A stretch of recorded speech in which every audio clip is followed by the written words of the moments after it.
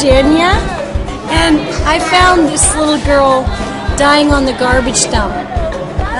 Her sister was dying too, just a little. She had a sister. There were three girls, and it was terrible. She had a big old bloated belly. She'd been raped so many times. She was just angry, and tem 13 agora. She's 13, but she was small because she got stunted growth from malnutrition. When I found her, she was the saddest little girl you ever saw. She didn't talk. She didn't play. She just kind of sat in corners and was miserable. She's an example of one who mourned.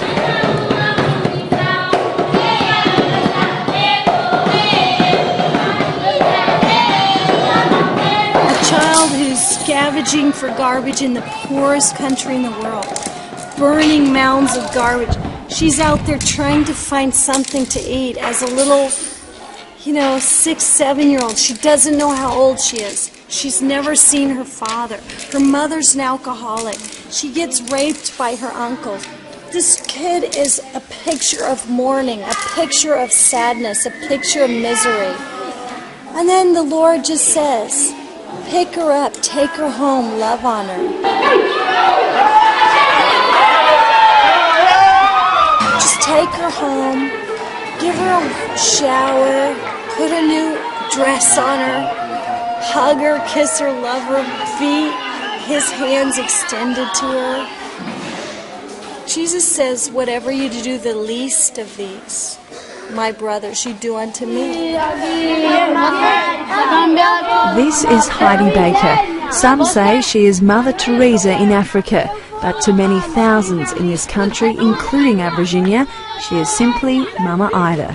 That's how I started, on the street corner with nothing.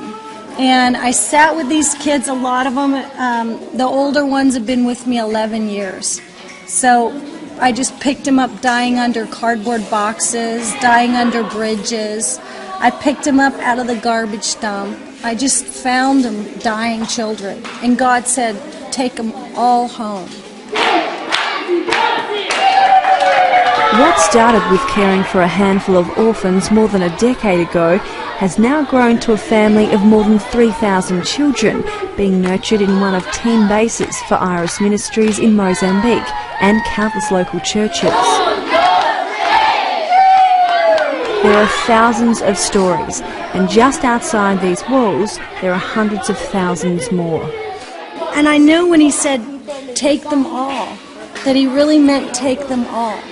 Every single man, woman, and child that he puts in front of us each day, we're to love. That's our job. Our job's not anything complicated. We're just supposed to love people. And if kids are dying under bridges and they're dying in the garbage and they're dying in the bush, then our job is to love them in a way that matters.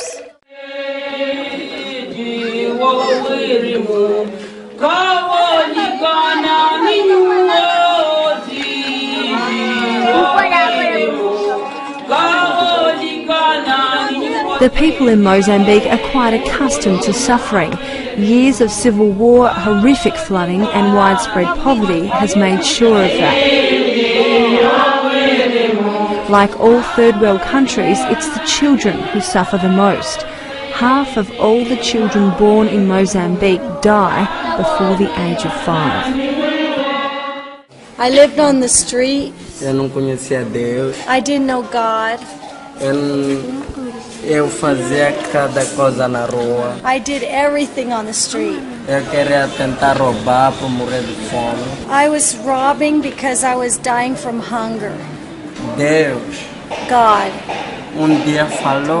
One day he spoke to Mama Ida. And Mama Ida came to the street. And she gave me bread. She gave bread to every child.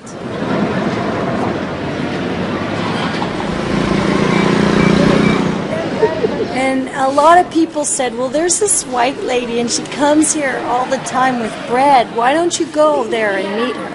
Eu ter medo. I was afraid. Dia fui pra rua. One day I went to where she was on the street. Vou falar. And we were talking. Ajuda-me. And she helped me. Mamãe Aida ajudou-me. Mama Ida helped me. Mamãe Aida me levou pra casa. And she took me home in her car.